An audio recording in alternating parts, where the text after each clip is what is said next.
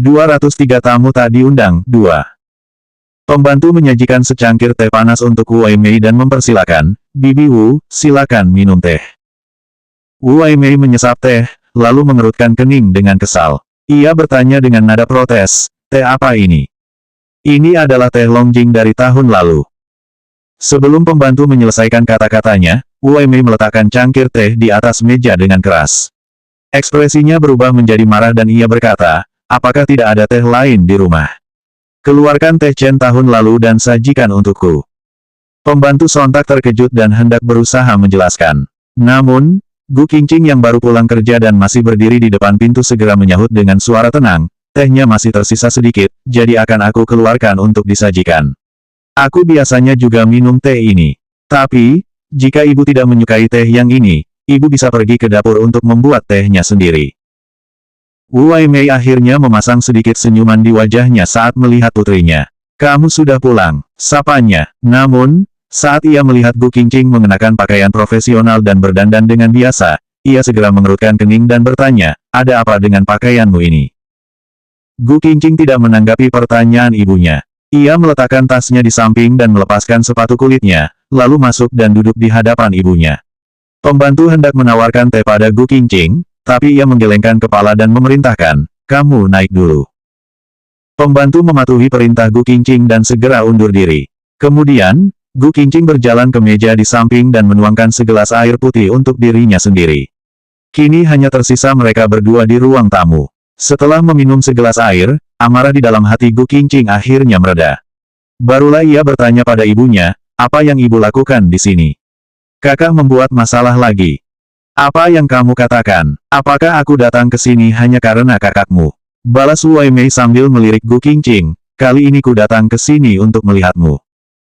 Gu Qingqing berkata dengan sedikit mengejek, untuk melihatku. Seingatku, biaya hidup bulan ini sudah diberikan bersamaan dengan kompensasi terakhir kali, bukan? Wu Weimei menepuk pundak Gu Qingqing dengan marah, dasar anak ini. Apakah tidak ada alasan lain jika aku datang ke sini selain karena kakakmu dan meminta uang? Gu Qingqing hanya terdiam. Tentu saja bukannya tidak ada. Ketika berita skandal Leng Xicheng menyebar tak terkendali di luar sana, Wu Weimei juga akan datang untuk menghiburnya secara pribadi karena takut statusnya sebagai nyonya Leng tidak stabil. Ada sebuah kantong di samping kaki Wu Weimei. Ia mengambil satu kantong yang berisi barang-barang yang terbungkus. Gu Qingqing melihatnya dan ternyata itu adalah sekantong obat tradisional Tiongkok yang sudah dimasak. Aku sudah mengantre selama beberapa hari untuk ini. Aku juga memberikan nomor seorang ahli untuk secara khusus membantumu menjaga kesehatan. Aku tahu Nenek Xicheng adalah ahli pengobatan Tiongkok dan telah memeriksa tubuhmu sebelumnya. Dia juga mengatakan bahwa selain uterus dingin, kamu tidak punya masalah lain. Tapi, kamu melihat dirimu sendiri.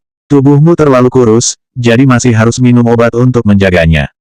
Gu Qingqing sontak terkejut. Ia sama sekali tidak pernah berpikir bahwa ibunya akan begitu peduli dengan tubuhnya.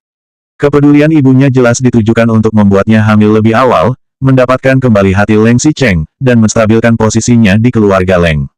Tetapi, Gu Qingqing masih tetap merasa sedikit bersyukur karena ibunya masih bisa berpikir untuknya dan juga tidak berbicara untuk meminta uang.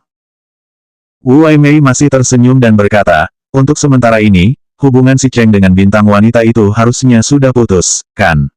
Bagus jika sudah putus. Kamu harus memanfaatkan kesempatan ini, apalagi untuk hamil. Lebih banyak berbicara dengannya. Membina sedikit kasih sayang juga baik. Karena kamu sudah menikah dengannya, ibu jelas berharap pernikahan kalian berjalan lancar. Gu Qingqing agak terdiam. Ia dan Leng Xicheng tidak pernah membicarakan situasi pernikahan mereka dengan orang luar. Meskipun belakangan ini Leng Xicheng agak sering datang ke Villa Xishan, sepertinya pria itu tidak lagi sepenuhnya mengabaikan Gu Qingqing seperti di masa lalu. Wu Weimei melihat Gu Qingqing yang tidak menjawab dan seperti memikirkan sesuatu. Ia pun bertanya lagi, aku dengar juga, keluarga Su sudah kembali ke Tiongkok. 204 tamu tak diundang, 3. Gu Qingqing terkejut. Ia tidak menyangka ibunya akan menanyakan tentang keluarga Su, mengapa ibu menanyakan tentang ini? Dasar anak ini, Wu Weimei melirik putrinya dengan tidak puas, sudah menikah dengan seseorang untuk waktu yang begitu lama, tapi masih tidak tahu peraturan. Jika bukan karena aku melihat berita, aku pasti masih tidak tahu keluarga Su telah kembali. Gu Qingqing telah terdiam. Jika boleh jujur, orang tua Su Zijin dan keluarga Su Zipei tidak bersikap buruk padanya, kecuali Su Zijin yang selalu bermusuhan dengannya. Terkadang mereka memberikan pakaian yang tidak ingin dipakai Su Zipei dan Su Zijin. Terkadang mereka juga memberikan makanan yang tidak bisa mereka habiskan. Kebetulan Gu Qingqing, anak pembantu, adalah teman sekelas putri mereka. Mereka juga kadang-kadang memujinya karena pandai dan menurut. Keluarga Su tidak bisa selalu memperlakukan mereka sebagai orang bawahan seperti sebelumnya, kan?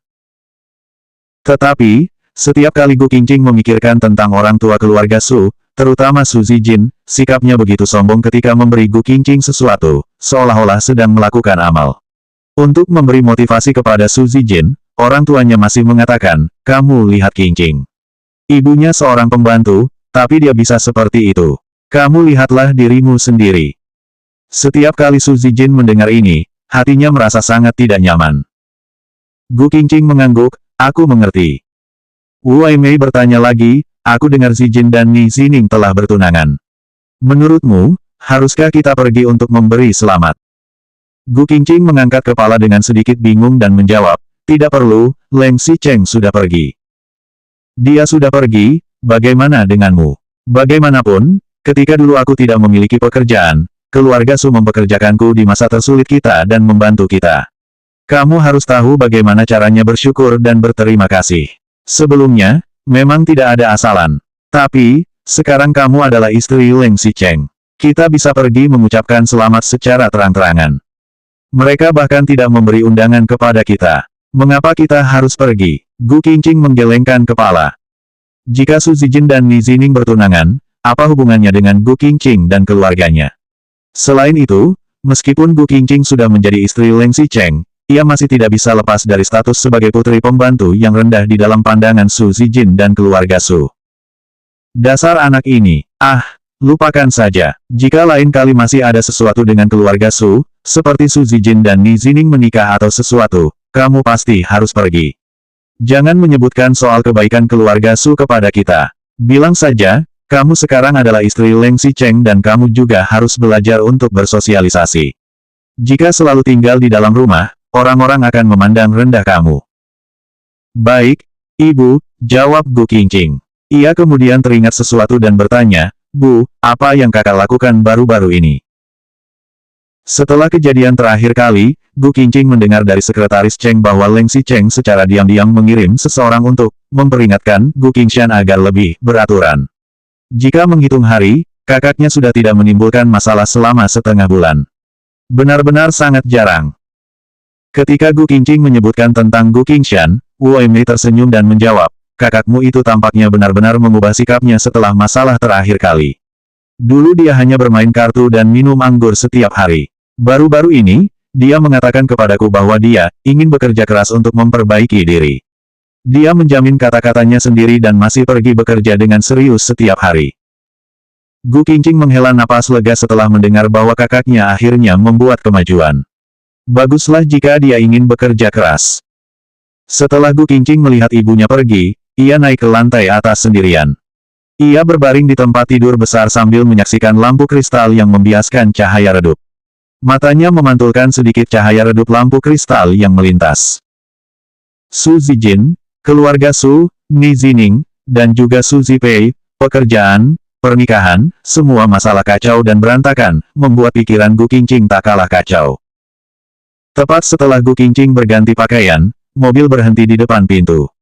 Kemudian, terdengar suara langkah seseorang menaiki tangga ke lantai atas. Leng Xicheng membuka pintu dalam sekejap. Selanjutnya bab 205 tamu tak diundang, 4.